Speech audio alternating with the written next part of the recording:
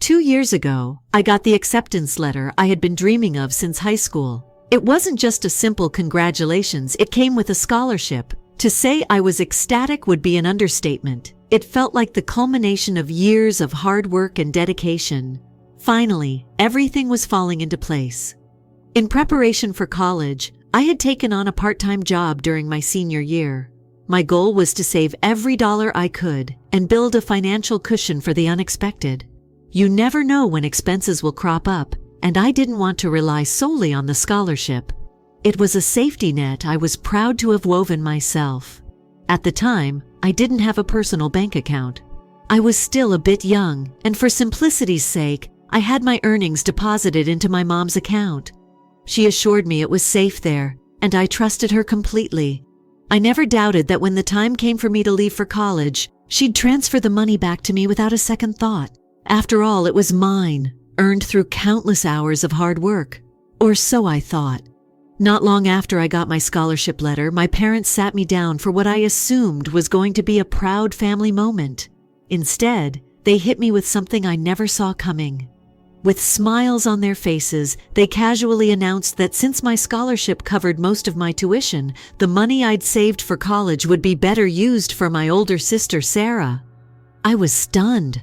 I had worked hard for that money. It wasn't handed to me, and I certainly didn't save it just so it could be redirected somewhere else, especially not to Sarah.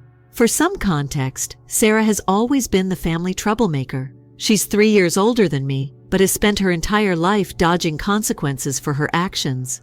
While I was pushed to follow the rules and work hard, Sarah was constantly shielded by our parents. No matter what she did, she was treated like she could do no wrong. Growing up, it always felt like I had to carry the weight of being the responsible one, while Sarah was free to make mistake after mistake without repercussions. When she was 14, she got caught bullying some younger girls at school. It got so bad the school had to call in my parents. Teachers, students, everyone had witnessed her behavior. But instead of listening to the evidence, my mom immediately took Sarah's side, arguing with the principal and accusing the victims of lying to get Sarah in trouble.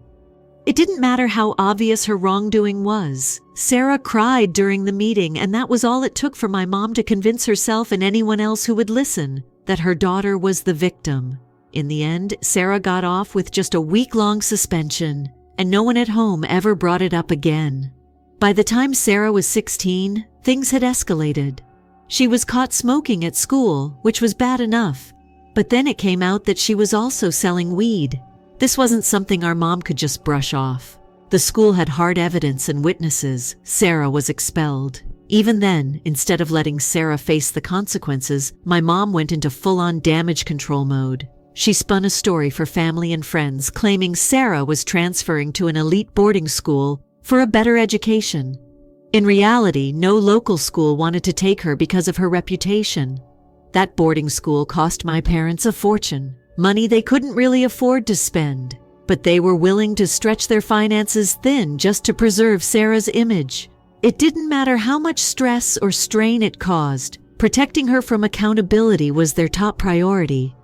I hoped that being sent away would be a wake-up call for Sarah, but it wasn't. Not long after starting at the boarding school, Sarah ran away in the middle of the night to be with her boyfriend, Jake. She left a dramatic letter behind, declaring she was in love and couldn't live another day without him. My parents were frantic. They called the police, contacted her friends, and spent days searching for her. When they finally found her, she was at a friend's house, safe but completely unapologetic.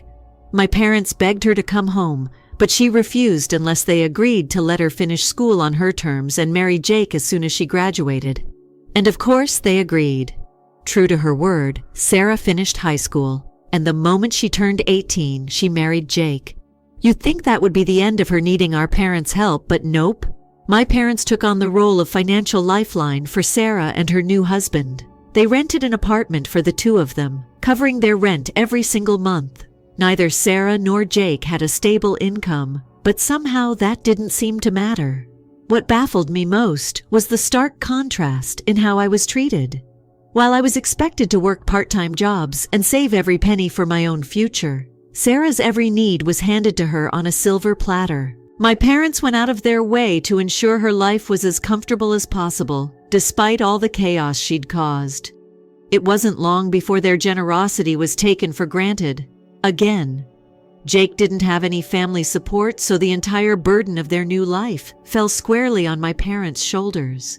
They paid their bills, gave them money for groceries, and even stepped in during emergencies when Sarah and Jake's lack of planning caused problems. The favoritism was suffocating. It was one thing to see my sister get away with everything growing up, but now my parents were actively draining themselves financially for her, all while ignoring the sacrifices I had made to get to where I was. But the final straw came when I learned why my parents wanted to take my college savings for Sarah. As it turned out, Sarah was pregnant.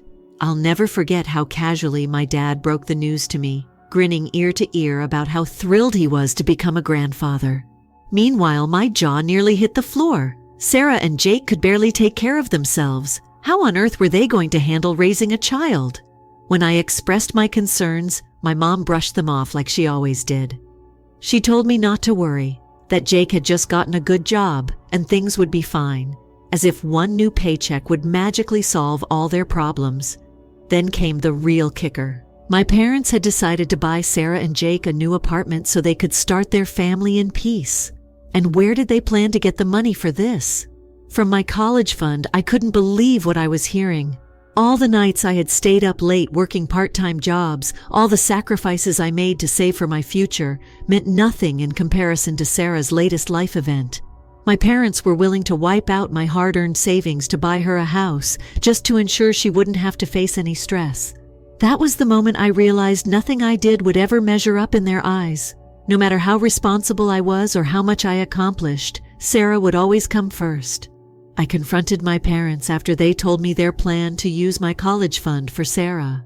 My voice was shaking with anger as I asked them how they could justify taking the money I worked so hard for and giving it to my sister, who had done nothing to earn it.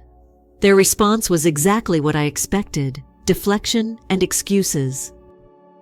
My dad tried to frame it as a family decision, saying Sarah's pregnancy was a blessing and that the money would help her start a new chapter in life. My mom chimed in, arguing that I didn't need the money anymore because of my scholarship. Besides, she added, it's not like we're taking it away for no reason. This is for your nephew. You should be proud to help him. Proud? I was furious. Every word they said felt like a slap in the face. My sacrifices, my hard work, none of it mattered. All that mattered was Sarah and her never-ending stream of problems. That conversation was the moment something inside me changed. I realized that no amount of arguing would make my parents see how unfair they were being. I'd spent my whole life trying to win their approval, but it was clear now that I would always come second to Sarah. So I stopped fighting. I emotionally distanced myself from the situation and focused all my energy on getting ready for college. I counted down the days until I could leave that toxic environment behind. In the weeks leading up to my move, I overheard my parents talking about their plans to convert my bedroom into a nursery for Sarah's baby. They were so excited, practically glowing with anticipation. It was as if I no longer existed in their world. My room, the place where I'd spent years studying and dreaming about my future, was already being repurposed for someone else. When moving day finally came, I packed my things with the help of some friends. My dad didn't even offer to help, too busy fawning over Sarah and her growing belly. The moment I settled into my dorm, I felt an overwhelming sense of relief. For the first time in years, I was free. College was everything I had hoped it would be. I threw myself into my studies, worked a part-time job as a server, and built a life that was completely my own. Without the constant shadow of favoritism looming over me, I finally had space to breathe and thrive. For the next 2 years, I barely heard from my parents. They didn't check in on me unless they needed something. And honestly, I was fine with that. I focused on my goals, letting go of the hope that they would ever change. But all of that changed when I got a panicked call from my mom earlier this morning. Her voice was shaking as she asked if Sarah had reached out to me. Confused, I said no. That's when she broke down, sobbing uncontrollably as she explained what had happened. Apparently, Sarah had dropped off her son Jimmy at my parents' house early that morning. She left a small bag of his things and a note, then disappeared. My mom could barely get the words out between her tears, but the message was clear. Sarah didn't want to be a mother anymore. She wanted us to take over raising Jimmy. Hearing this, I was equal parts shocked and angry. Sarah had abandoned her child without a second thought, and now my parents were expecting me to step in and clean up her mess again. After the initial shock of my mom's call, I tried to process what she was saying.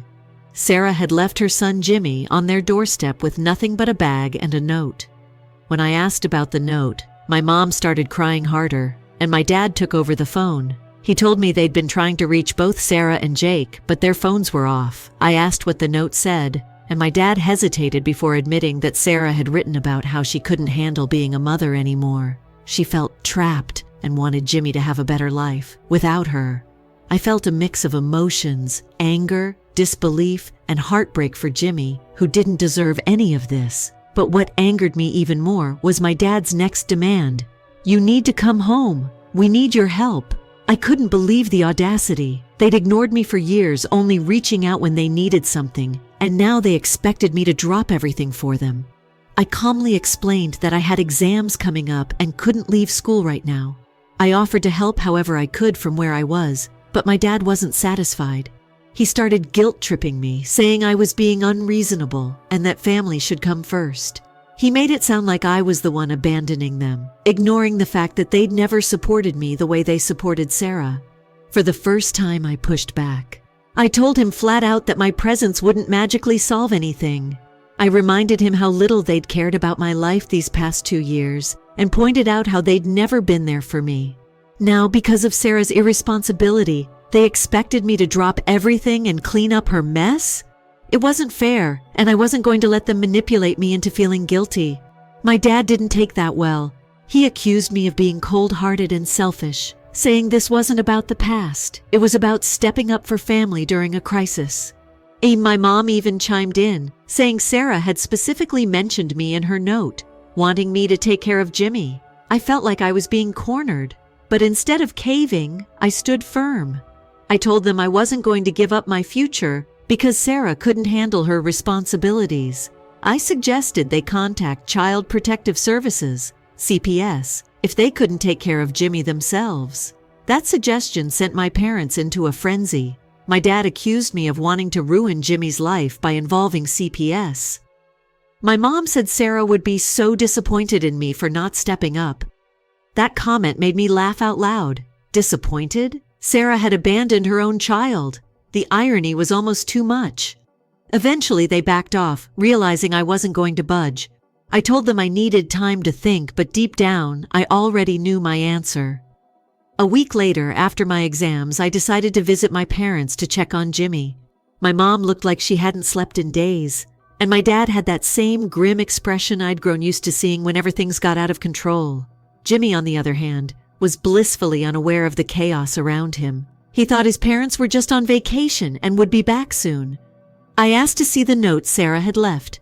At first, my parents hesitated, exchanging nervous glances, but they eventually handed it over. Reading it, my heart sank. The note wasn't just about Sarah feeling suffocated. She specifically wrote that she wanted me to raise Jimmy because she believed I could give him a better life than she ever could. She even mentioned how she envied my sense of responsibility and wished she had been more like me. It was hard to process. On one hand, I felt a pang of sympathy for Sarah. It was clear she'd been struggling for a long time. But on the other hand, I was furious. She had abandoned her child and expected me to fix everything, all while leaving me completely in the dark about what was going on in her life. That's when my parents finally confessed the full story. After they bought the apartment for Sarah and Jake, things spiraled out of control. They both got involved with drugs, neglecting their responsibilities as parents. My parents had found Jimmy home alone multiple times, even as a baby, while Sarah and Jake were out partying. Their drug use led to violent fights, and Sarah would often show up at my parents' house crying, with Jimmy in tow. My parents had tried to get Sarah into rehab, but she always relapsed. Things got so bad that Sarah started stealing from them to fund her addiction. That's when they threatened to call CPS, hoping it would scare her into straightening out. Instead, it pushed her to leave.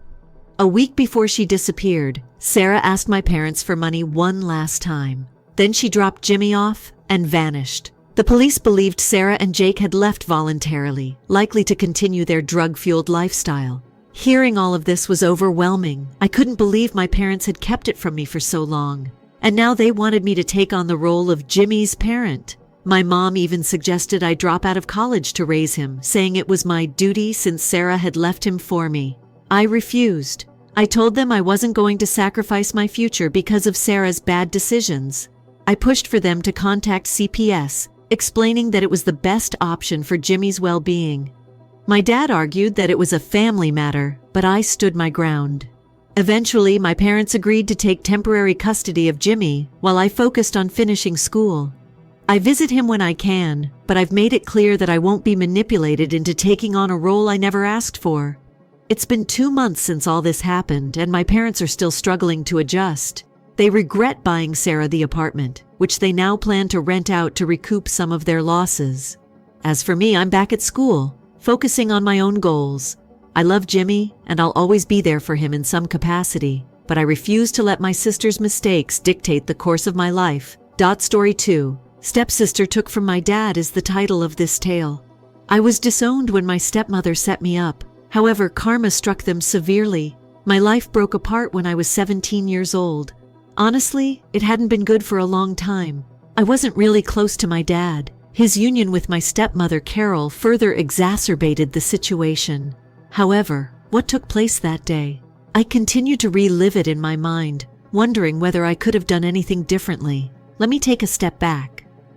Ashley, the golden kid, was my stepsister. At the time, she was 20. She was 3 years older than I was, and she had a knack of obtaining what she wanted. In the view of grown-ups, particularly my father, she was one of those individuals who could do no wrong. In the meanwhile, it seemed impossible for me to breathe without someone criticizing me of doing something incorrectly. Early on, I was taught to keep my head down and to keep my distance. However, even that was insufficient. Ashley detested me. It's the truth, but I don't use that word lightly. I was never able to comprehend the poisonous force she exuded. When I first moved in with them, I made an effort to be kind, but it quickly became clear that my actions were insignificant. She simply did not want me present. Carol, too. It was made worse by her. Carol would be out there fighting with NASA to support Ashley's claim that the sky was green. At start, it was small things. Ashley would take things from me without asking. When I approached her, she pretended to be unintelligent while ignoring my phone charger, makeup, and clothing. Carol would intervene and fabricate a tale to make me appear irrational or self-centered. If I voiced my grievances to my father, she only taking it. "Why are you so dramatic all the time?" she would ask. My dad always believed them, which was the hardest part. I believed that he was somewhat relieved to avoid the consequences of his divorce from my mother. Because it was simpler than interacting with me, he would cling on to whatever narrative Carol gave him. He said that, like my mother, I was the troublemaker. He frequently threw that one around. "She is just like you." Every time I ventured to speak, he would say. Never once did he say it as a compliment. Thus, the events leading up to the watch incident had been developing for years. My mom had given my dad this watch back when they were married, a custom-made, absurdly costly item. To him, it was more than simply a watch. It was heartfelt. Though he would never publicly acknowledge it, it was one of the few things he preserved from their marriage. He cleaned it as if it were a family relic and wore it on important occasions. It wasn't until I went directly into a downpour one day after school that I realized the watch was gone.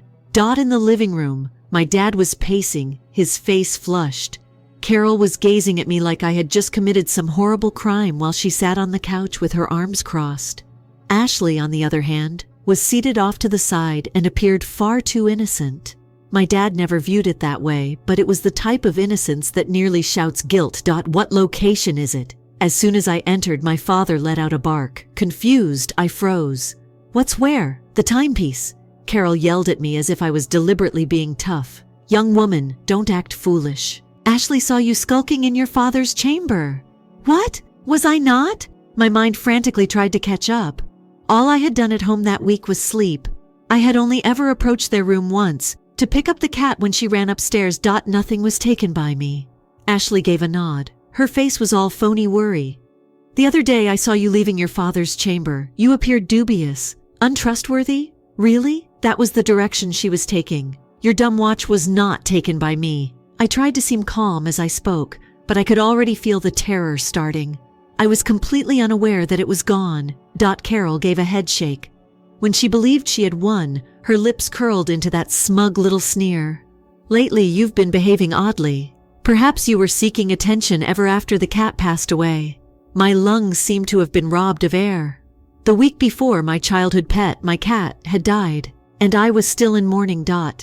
Since I was 3 years old, she had been at my side. When everything else in my life went apart, that one item remained steady. Carol was now turning it against me. It seemed unbelievable to me. Attention is not what I'm after. With a trembling voice, I fired back. I started to finish, but my dad interrupted me. "Enough!" he yelled. "I've had enough of your bullshit, This comes after the attitude. You resemble your mother exactly. A madman and a liar." My heart fell. My throat was getting tighter. Tears are threatening to fall. I refuse to accept it, I muttered. "I promise." He wasn't listening, though. He didn't ever pay attention. Carol had already started to pack my belongings. As if she couldn't get me out of the home quickly enough, she threw them in a bag.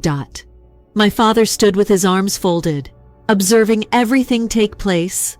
Ashley remained silent on the couch, but her sly smile was clear to see. She had prevailed. "Leave." My father's voice was icy and decisive. "If your mother will let you, go to her place. You're not going to remain here, though." I pleaded with him to change his mind, to at least listen to me, but it didn't help. He had decided to do so. That was the end of it. I was guilty. I was too numb to even weep as Carol pushed the duffel bag into my arms and shut the door after me. I was in a trance as I went to the bus station, mentally reliving the entire incident. How could I be thrown out like that over a watch by my own father? My mother's house was the only place I knew to go. She wasn't precisely steady. She has problems of her own. However, I was at least certain that she wouldn't call me a thief. The sight of me startled my mother, but not in a good way. "Oh, sweetheart, what took place?" As you could anticipate. She wasn't the sort to offer consolation. She responded more along the lines of, "Well, what did you do this time?" I tried to sound solid as I said, "I didn't do anything. Dad expelled me because he believes I stole his watch." She looked at me. "I don't believe you, sort of person. I'm too exhausted to argue, though." She responded, "You can stay here, but don't expect me to solve your problems. I have enough things on my plate that will essentially determine how I live for the next few years. There wasn't much of a house at my mom's. She lived in a small apartment with peeling wallpaper, creaking flooring that creaked under your feet, and a subtle scent of dampness and cigarettes. It was a mess all the time. Half-empty coffee cups left on the counter, papers heaped on every surface, and a sink that seemed to be always stacked high with dishes. However, it was preferable to living on the streets. I sat on her old, lumpy couch and stared at the ceiling that first night.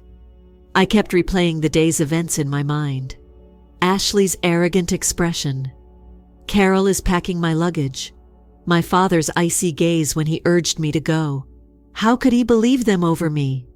I kept asking myself, but the response remained the same, regardless of how many times I asked myself that question. In the first place, he didn't really want me there.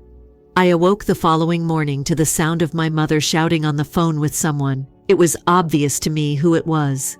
There were many individuals in her life with whom she might dispute, including landlords, former lovers, the electric company, and friends. She was either binge-watching whatever trashy reality program was on, or chain-smoking on the balcony when she wasn't arguing with someone. She wasn't very stable, but she wasn't a nasty person either. I made an effort to be helpful around the flat, both to earn money and to divert my attention. I helped go through the pile of unread mail on the kitchen table, tidied up, and did the dishes.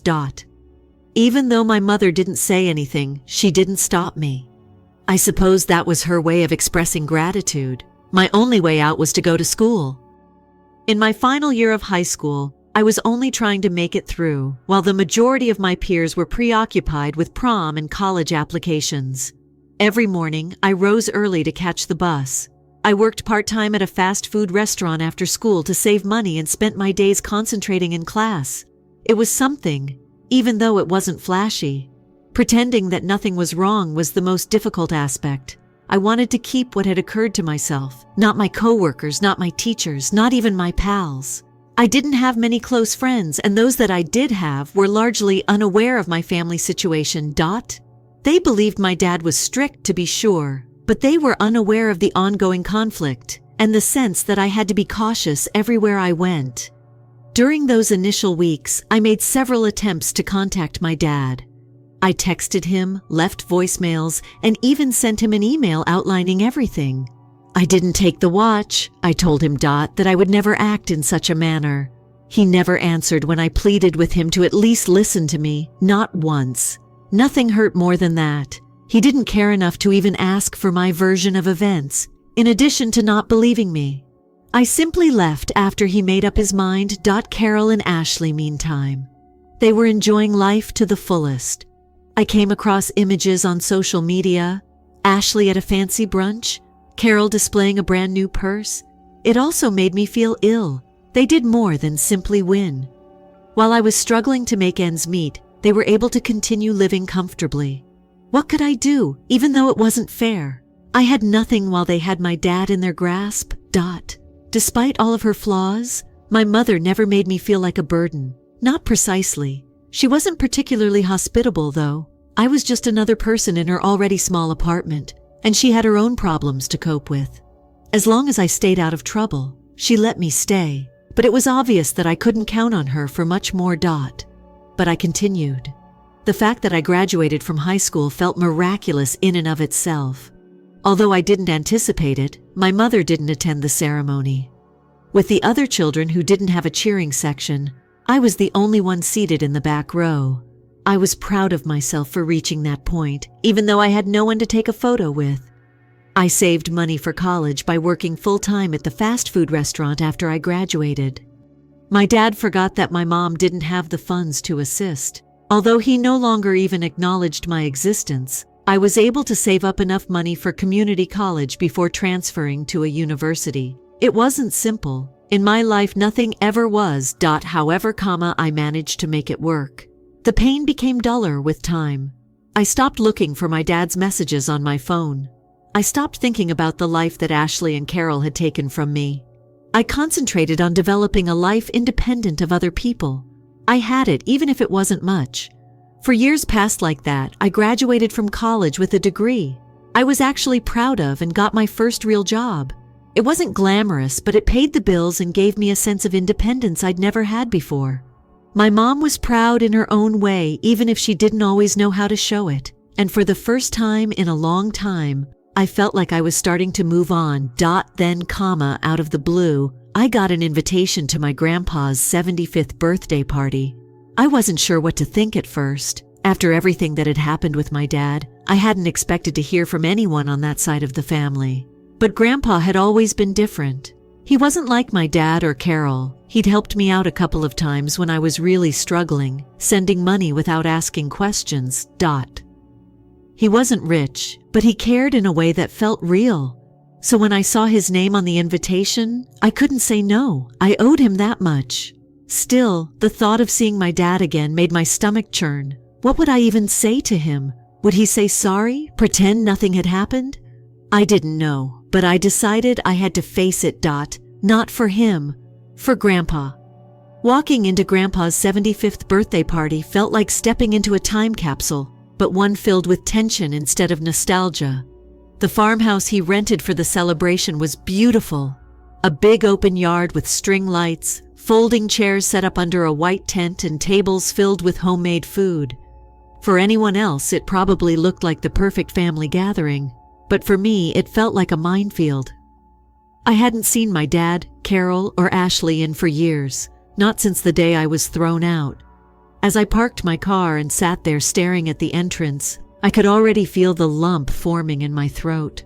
Part of me wanted to turn around and leave, but the invitation wasn't from them. It was from Grandpa. He'd always been the one person on my dad's side of the family who genuinely cared about me. And I couldn't let my fear of seeing them ruin his big day. When I stepped inside, I immediately regretted not bringing a friend for moral support. The first people I saw were distant cousins and relatives I hadn't spoken to in years. A few smiled and waved, but most barely recognized me. I felt like an outsider, like I didn't belong. But then I spotted Grandpa standing near the drinks table, chatting with one of his friends. He looked so happy. His face lit up with the kind of joy you only see on someone who's truly content. "Hey, Grandpa," I said, walking up to him. His face lit up even more when he saw me. "There's my girl," he murmured, bringing me into a strong embrace. "I wasn't sure whether you'd make it, but I'm so pleased you did." "Of sure," I answered, trying to keep my voice calm. "I wouldn't miss this for the world." He massaged my shoulder and introduced me to a couple of his pals. For a little while I felt all right, even cozy. I remained close to him, avoiding the tables where my dad and Carol were sitting. I hadn't seen them yet, but I could sense their presence in the air, this unseen weight pushing down on me. Eventually, though, I couldn't escape them any longer. It happened as I was grabbing a plate of food. I turned around and there they were, my dad, Carol and Ashley, seated together at a table, laughing like they didn't have a worry in the world. I felt sick to my stomach. It wasn't simply seeing them again. It was how natural they appeared. Like the previous 4 years had been a vacation for them. As I was struggling to get back up from the bottom, I looked at my dad first. For a brief period, his expression froze as if he hadn't anticipated seeing me. Then, as if I weren't there, he hastily averted his gaze. Carol, quote, lips twisted into that same smug smirk she usually wore as she looked up and noticed me. The one that gave me the need to yell. Ashley did not even give me a look. She pretended that this had nothing to do with her and was too preoccupied with scrolling through her phone. I inhaled deeply before turning to go. I was not going to allow them to spoil this for me. I wasn't going to let their presence cause me to forget that Grandpa had supported me when no one else had. It was difficult to concentrate on anything else, though. There were always glimmers of them in my surroundings. I caught a glimpse of my dad smiling with an uncle named Carol while speaking to one of the aunts, Ashley, and flicking her hair as if she were still the world's queen. Things didn't really start to fall apart until Grandpa got up to make his toast. I appreciate everyone's presence. He started to lift his glass. The throng became silent. Everyone is turning to hear. Being surrounded by such an amazing family for 75 amazing years makes me feel really fortunate. He spoke for a while, telling tales of his early years, his union with his grandmother, and his pride in his children and grandchildren. I could see that having everyone there meant a lot to him, and it was sweet. Then his voice changed. "I have one more item to mention. Something that has been bothering me," he replied, his voice a bit harsher now. There was utter silence in the room. I looked around and saw that I wasn't the only one who appeared perplexed. Grandpa put down his drink and inhaled deeply. "James, my kid, a few years ago." He stopped and turned to face my father. "I misplaced a crucial watch. At the time, the watch held great significance for him. The family had a great deal of strife as a result." My chest constricted. I sensed that everyone's gaze was shifting in my direction. Carol tensed in her chair, and my dad's face became white. Ashley froze. Her face was unreadable. I wanted to vanish, but Grandfather went on. "Lately, I learned the truth about the watch's fate. There was too much tension in the room. I felt as though my heart may explode from the force of its hammering." Grandfather took a piece of paper out of his pocket. "I have an old acquaintance who owns a pawn store. He said that we were thinking back on the good old days when he made a comment that drew my attention. A few years ago, someone brought in a really specific watch to sell, and he told me about it. It turned out that it was Ashley." The ensuing hush was deafening. In a matter of seconds, my dad's face turned from pale to scarlet. Carol opened her mouth, but nothing came out. Like a deer caught in headlights, Ashley sat still. Grandpa wasn't finished yet. "My buddy claims that after an accident she didn't want her father to know about, Ashley needed the money for auto repairs. She assured him that she would find a means to hide her identity. And by placing the blame elsewhere, it appears that she did. Ashley was suddenly the center of attention." My father turned to her, his voice tremulous and low. "Is this accurate, Ashley?" Her face flushed as she stammered. "It wasn't my intention." Carol intervened, attempting to save the day. "James, she was a young woman. She was wrong. An error." Grandpa's voice pierced the atmosphere like a blade. "You made a mistake that ruined someone's life. You allowed this girl." He pointed at me. "Be Be expelled from her house while you did nothing. Carol, that's not an error. It's harsh. I was unable to remain. My mind was racing. I could hardly breathe without a word, and my chest felt constricted. I slid out the door away from the mayhem. I didn't want to watch how they responded. I didn't want to listen to the reasons or the excuses. All I wanted to do was go.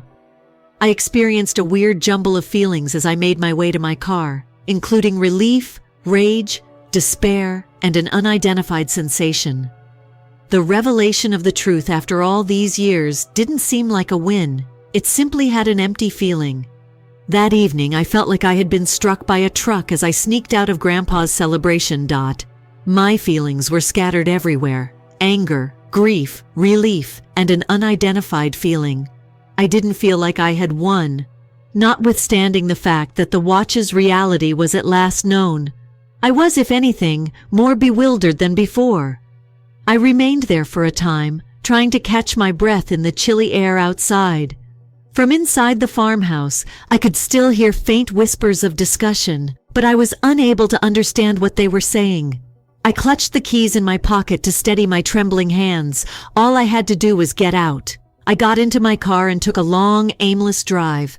I'm not prepared to return home and deal with my apartment's stillness. When the truth was revealed, I expected to feel vindicated. I had borne the burden of being wrongfully accused for 4 years. Everyone was now aware that I wasn't the thief. However, I felt empty rather than free. I was distracted from my thoughts as my phone buzzed in the cup holder. When I looked at the screen, I noticed that my dad had missed a call, then another, and yet another. He had left 3 voicemails by the time I stopped to look at my messages. After a moment of hesitation, I pressed play. His voice was shaking when the first message began. I apologize. All right, I had no idea. I suppose I was mistaken, even if I didn't want to accept it. Please just give me a call back. The second was more urgent but brief. I have no idea how to resolve this. I must speak with you. Would you please let us meet? However, the tone of the third one changed. It's unbelievable that you let my father to make fun of me in front of the entire family. You ought to have informed me of his plans. Families don't operate like this. We must speak. I looked incredulously at the phone. After all he did to me, he is blaming me.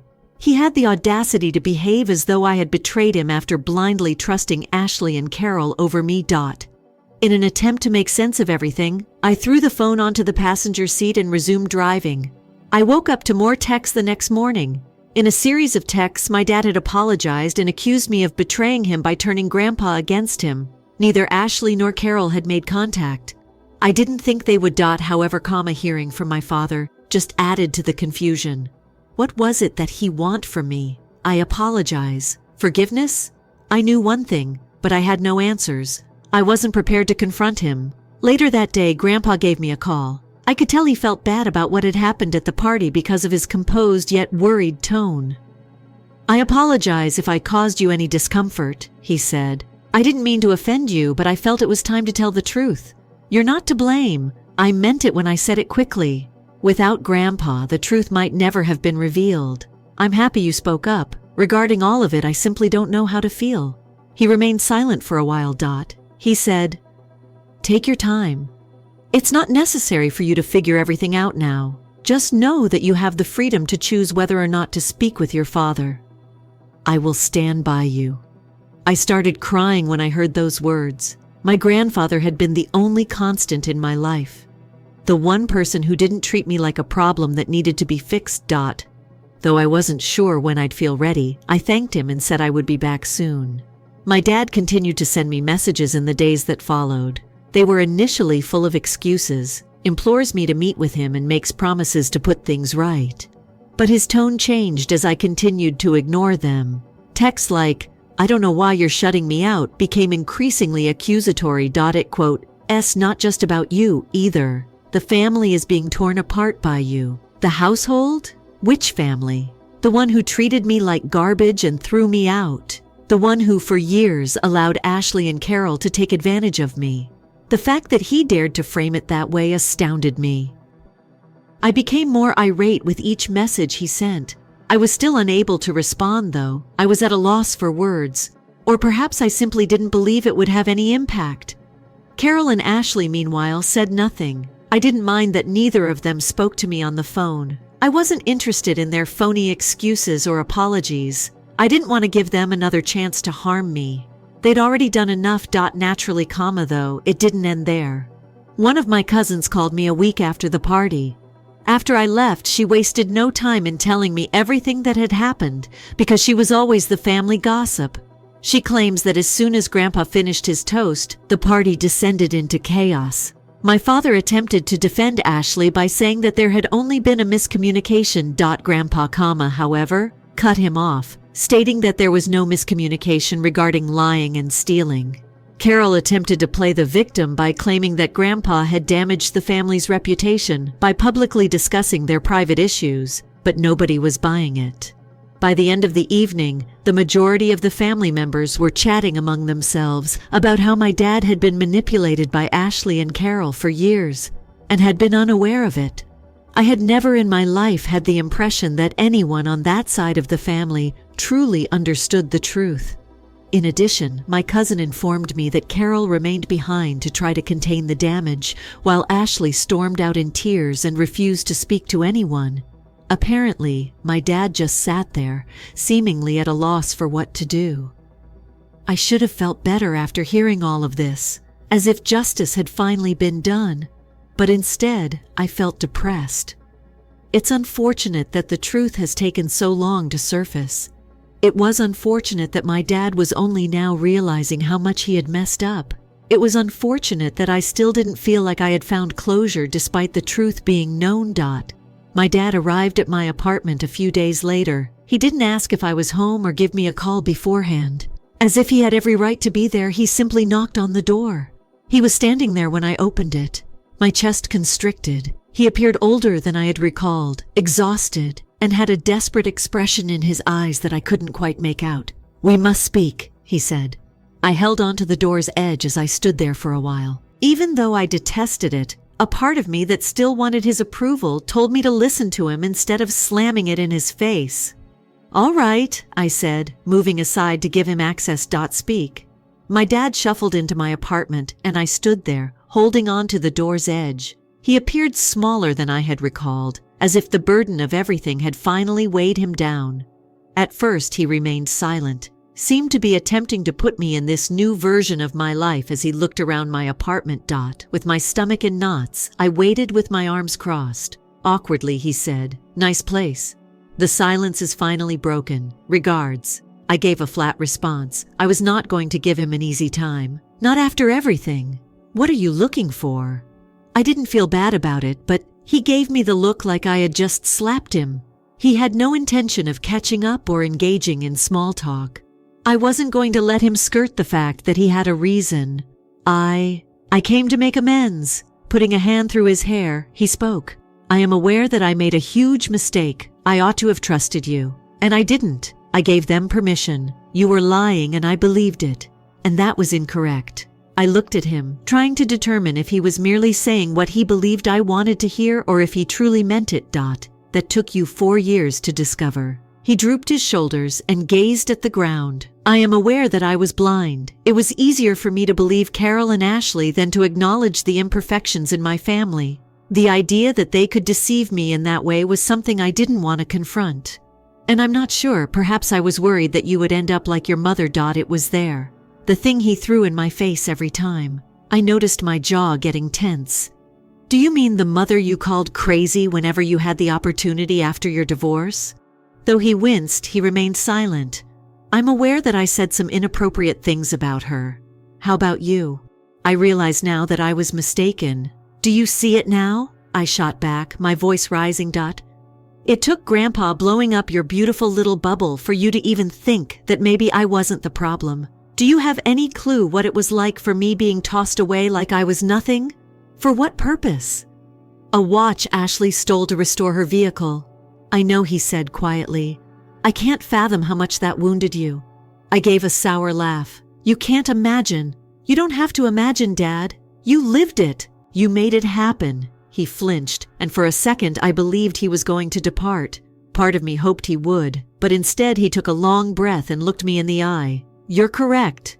"Oh," he said, As a parent, I let you down. I don't deserve your forgiveness since I failed you when you most needed me. Still, I'm requesting it." I was surprised by the earnestness in his voice. For a moment, I was at a loss for words. Anger that had been gnawing at me for years was something I wanted to let go of, and I wanted to forgive him. But another aspect of myself, he couldn't be let off the hook so easy, since it still seemed like he was a 17-year-old boy standing on the sidewalk carrying a duffel bag. Finally, I responded, "I'm not sure whether I can forgive you, at least not yet." As if anticipating that response, he nodded. "I get it. If I can, I want to make things better. I'd like to re-enter your life." I gave a headshake. I feel frustration rising within of me. "You cannot simply return to my life and pretend that nothing occurred. You want to make things right now after letting them wreck everything for me. How? How could you possibly make up for the 4 years that you have ignored me?" For that, he had no response. He simply stood there, embarrassed and disoriented. Perhaps that would have improved my mood. However, it didn't. All it did was increase my sense of emptiness. "I'm at a loss for words," he said. "What I accomplished cannot be undone. I just want to apologize and hope that you would give me another chance to make things right." I looked at him for a while. My thoughts are racing. A part of me wanted to yell at him, to give him a small taste of the suffering I had endured over the years. However, another part of me just felt worn out. I'm sick of holding the fury within. I'm sick of experiencing the betrayal again. I was fed up with attempting to determine what I owed him. If there was anything I owed him, I require time.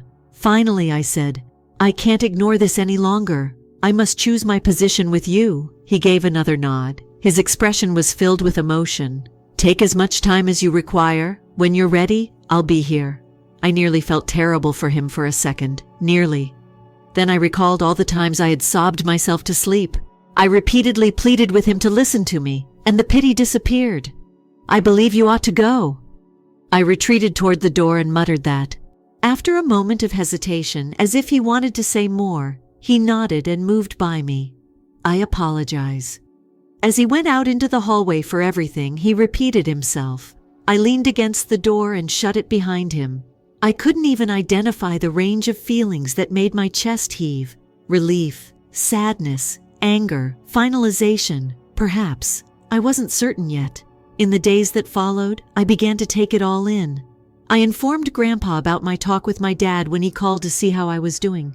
He made no attempt to influence me in any manner. Just let me vent and listen. It was more beneficial than I anticipated.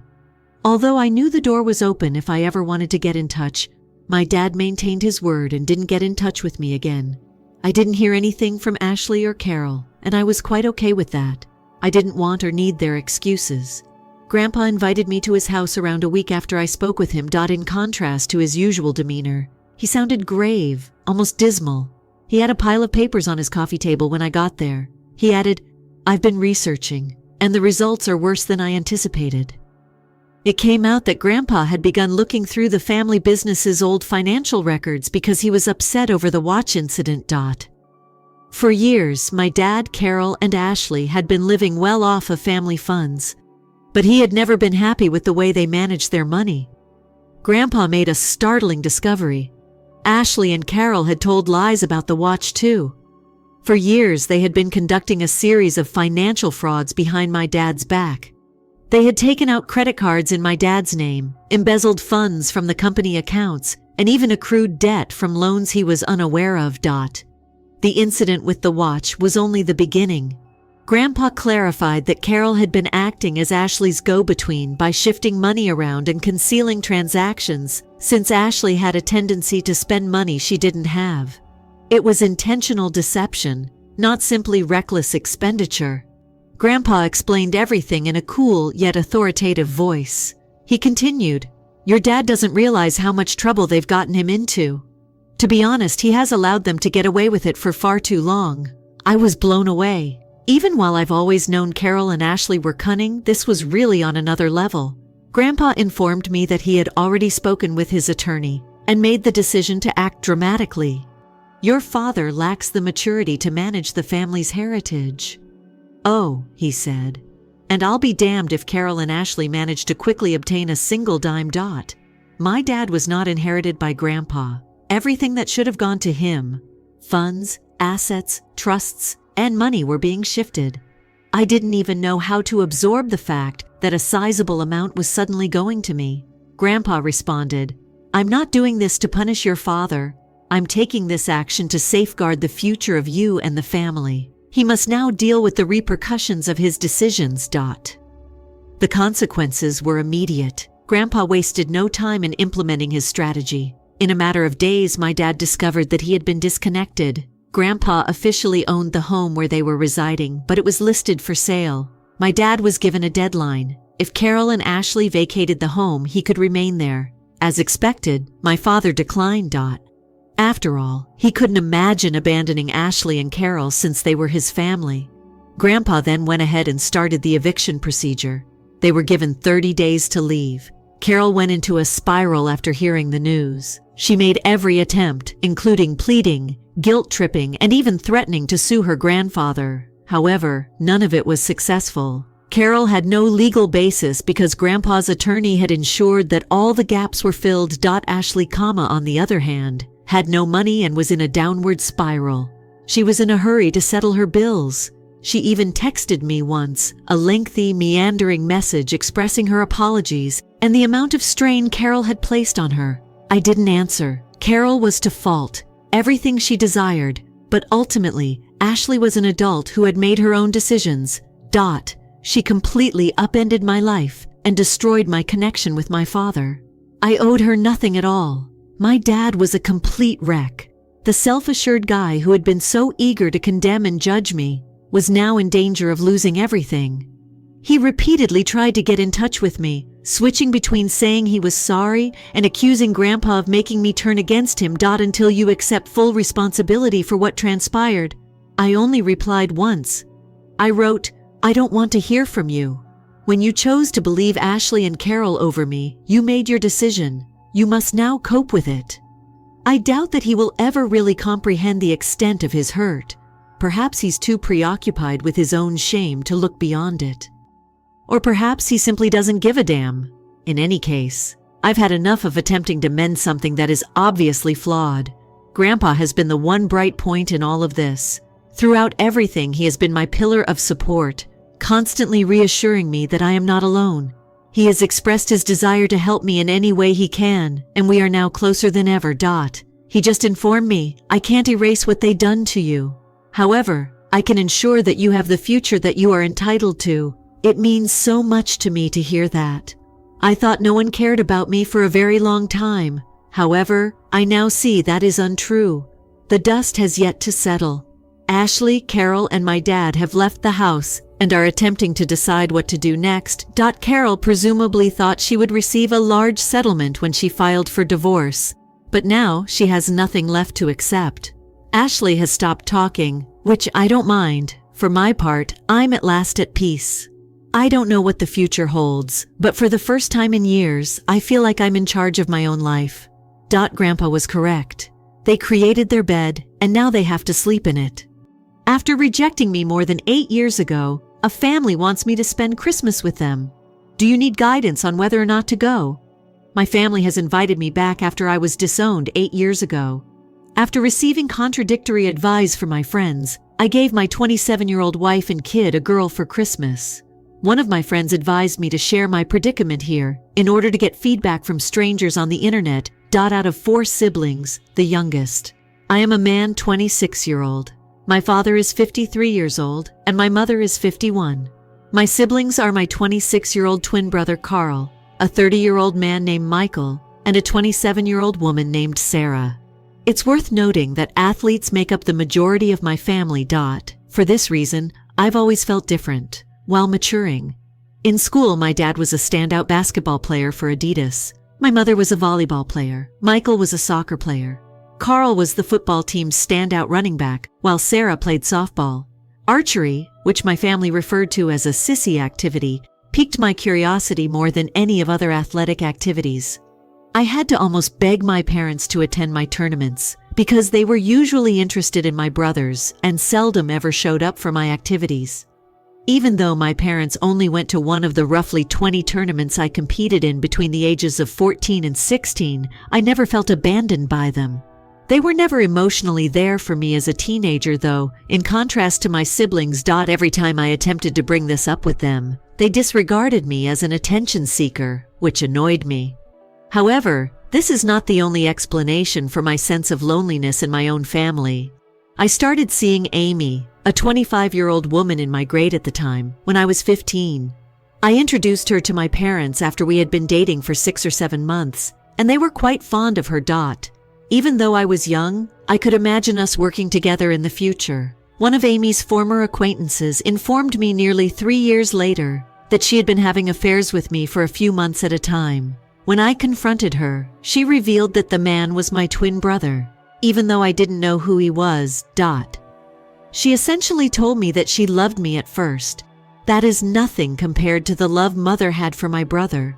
When I confronted Carl at home later that day, I was so furious that I gave him a sucker punch and knocked him unconscious. I admit that I was wrong to use violence, but it was the culmination of years of repressed resentment at him and the rest of the family. Fortunately, my family decided against taking legal action, so I was spared from having to face an adult trial in court. As a result, I was transferred to live with my paternal aunt, a 48-year-old lady who lived in a city about 2 hours away and had become distant from the family. Since then, I haven't communicated with them. It was difficult at first, but with the help of my aunts and her husband at 48 male, it progressed from wanting to be in a relationship with them.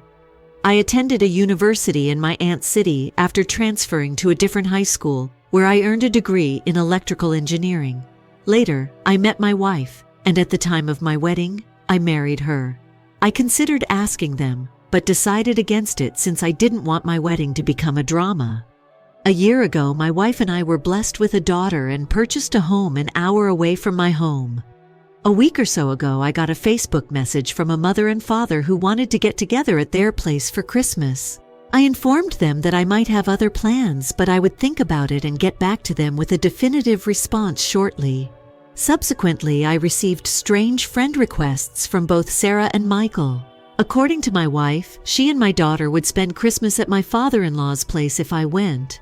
I agree with her perspective since she is 2 months pregnant and does not have to cope with unnecessary stress. I'm not sure if I should try to patch up my connection with my family for those who are reading this. Choosing a path of action is a difficult decision for me. On the one hand, it's possible that they want to apologize and regret what they did to me. However, if I attend, they could require that I apologize to Carl, which I don't want to do. Any guidance would be beneficial. Before you read the latest version, I would advise you to go at a later time. With your wife and child, enjoy Christmas. To find out whether your family has any hidden agendas, visit them during a less stressful period. It might be painful to you if they are only interested in seeing their grandkids and not you. Yes, I do agree. If you're thinking the same thing, go another time. It could have to do with the grandchildren. Have a child and your wife for Christmas. It's too big of an event to meet them at Christmas. Inform us as well. I am unable to let go of this post. It is inconceivable to me that parents would expel their child for betraying their other child. For financial reasons, they may wish to get back in touch. Grandchild. It's strange that even his siblings texted Opie, but I'm not sure why. But I hope it's for the right reasons. To be honest with them, I would spend Christmas away from my expectant wife.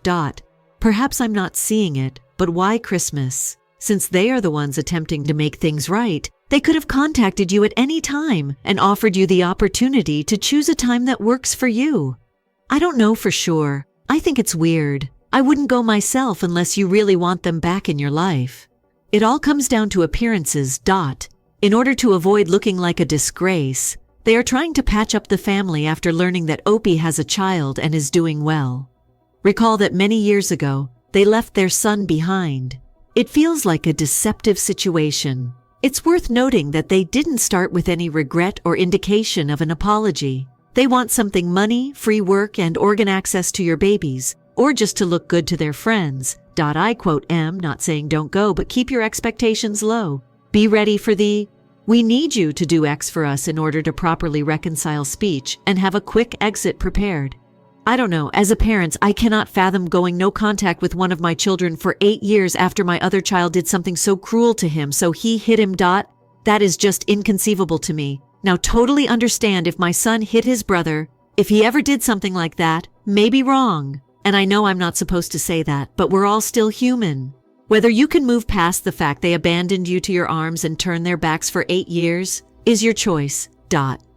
But personally, I don't know if I could. If you can't and don't want to see them again, I doubt anyone would blame you.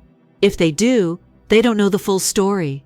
If they do know the full story, then they're not worth your time either. And now for the latest news. I wanted to post earlier, but some things got in the way. My wife started experiencing excruciating pain in her abdomen area just 2 days after Christmas, making it almost impossible for her to stand. Her sister, a 30-year-old woman, and I rushed her to the hospital. It was there that we received the devastating news that my wife had endured a miscarriage, requiring immediate removal of the fetus. The most difficult task for me was honestly explaining the complications surrounding the operation to my wife. My wife was forced to stay for 2 more days. Honestly, I have been trying to stay strong for my wife and my daughter. But honestly, I'm struggling right now. Also, the revisions of the original post. Most of you that replied on the same day article had warned me not to spend Christmas with them because of the significance of that holiday. I agree, and decided I would spend the remainder of the holidays with my wife. They never made time for me, so why should I make time for them? When I texted them this, I anticipated they would attempt to dispute with me, but rather they stated they appreciated my perspective and could not wait to see me after the holidays. I began to do some investigating into my relatives to attempt to figure out why they had reached out. Michael is a corporate lawyer who works for a large corporation in my city, but glancing through his Facebook profile, she has 2 kids and was married to his wife in 2016. Sarah looks to be married to a doctor. She herself 8 years ago is studying to be a nurse, and they have a son together. I have a buddy that lives in my hometown and has parents who are friends with my parents. When I questioned her about Sarah, she informed me that Sarah had divorced her first spouse, the one she was seeing 8 years earlier after he had committed mail fraud. Carl was married to Amy Wise after high school, and they had 2 kids together. I cannot quite figure out what he or his wife does for a livelihood through Facebook, but considering that they bought a huge house last year, in the midst of a pandemic, tells me they are not truly hurting. My dad looks to be going through a midlife crisis, and my mother is extremely into the health community, and then proceeded to enumerate the reasons of why they wanted to perhaps reach out to me now. Since my wife and I made more money together 8 years ago than my parents did, it is quite improbable that money is the reason I am not receiving financial aid. This idea is further supported by the fact that my siblings are not having financial difficulties. However, organ donation could play a role. It doesn't seem likely. Nevertheless, one reviewer raised the idea that Kaval, who is my twin, would be the most suitable match for me. In spite of this, I don't think it's plausible because he was just mentioned in a Facebook post written just before Christmas. 3 things about my daughter. They could be contacting me in an attempt to establish a relationship with my kid, but I'm not really sure. I don't understand why my parents want to meet my daughter when she isn't their first granddaughter. Because my wife's Facebook account was open to the public, they most certainly discovered the existence of my daughter. She contacted my aunt after becoming private on her account. After I informed her about the problem, she gave me an explanation of why they had finally gotten in touch with me. To comprehend the circumstances, you must comprehend the reasons for my aunt's estrangement. My 76-year-old grandmother and my 79-year-old paternal grandfather had 4 children. My aunt was the 3rd oldest, and my dad was the 2nd. After graduating from college, my aunt started seeing her partner and came out to her parents as bisexual. She was instantly rejected by my grandparents, who also forbade any communication with her. But my grandfather started contacting people around 4 years ago. My grandfather had been inquiring about me and my life around a month ago. He wanted to know if I was married and had children. In response, my aunt chastised my grandfather for his interest in me when he defended Carl's actions. At that point, everything changes. My grandfather informed my aunt that I deserved to be cut off from Amy since I had cheated on her with one of her close friends. My grandfather despises cheating since he is a devout man. My family had informed him that I had confessed to Amy after someone I had reportedly cheated with came forward. She needed the consolation and support of Carl and Sarah. However, after learning of this, I went over to Carl and Sarah and viciously attacked them. I didn't touch Sarah, even though she was the one who attempted to separate Carl and me. And I didn't treat Carl that way. I heard this from my aunt. I was shocked beyond belief. They created a huge and horrible lie about me, which they disseminated widely, and I was unable to comprehend the depth of their hatred for me. Later, when my aunt told me that Grandpa was shocked since he had always had a good impression of Carl, she told him the full truth, including what had really happened. My grandma was even more astonished, but she refused to share my number when I begged my aunt for it. It determined the reason my parents and siblings sought to contact me. It turns out that my grandfather threatened to cut off my parents and siblings from his estate if they would not offer an apology for their treatment of me and invite me to join the family for Christmas dinner. For background, he is a multi-millionaire. Thus, they contacted me not to express regret for the wrongs they had done to me in the past, but rather because they knew they would not receive anything from Grandpa if they didn't. What a group of avaricious individuals. My aunt informed me of this, therefore I made the decision to block them all. For what reason should I answer them now? To me, they're all dead. I have to provide for my wife.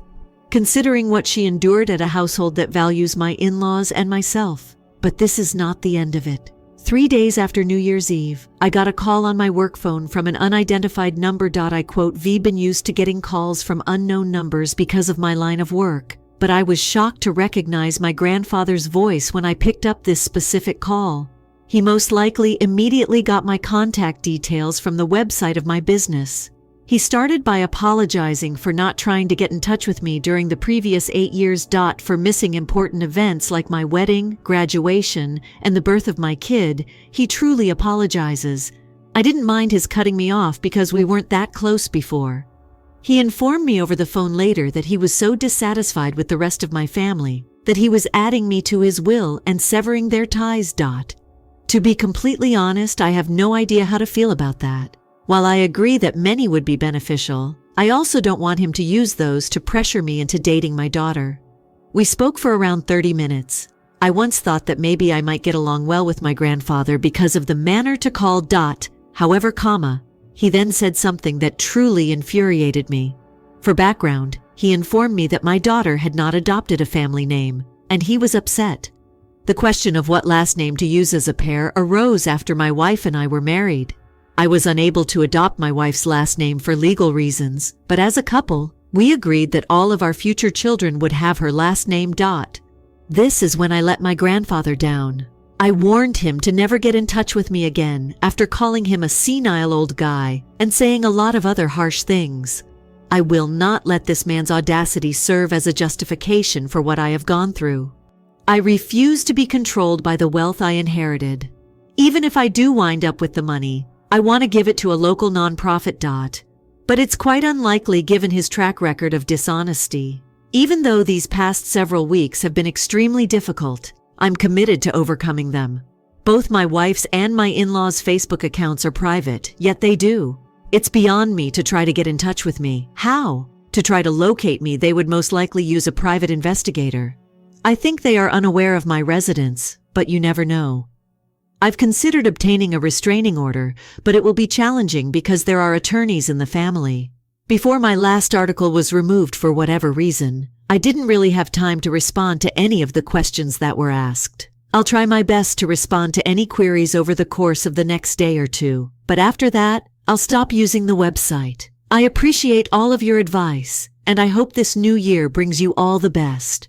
Obi, I sincerely apologize for your loss.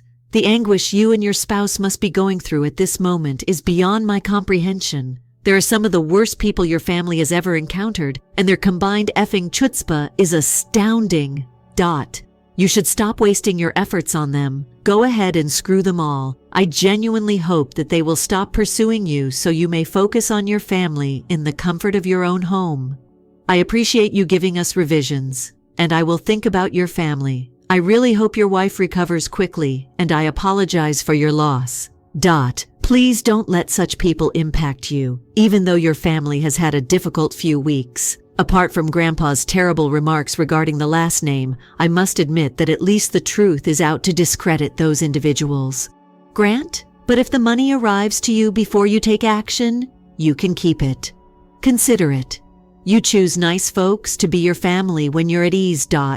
Your in-laws, wife and daughter are all important.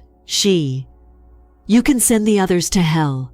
I'm sorry for your child's passing and for everything you've gone through. Keep in mind that your family loves you and that you have support.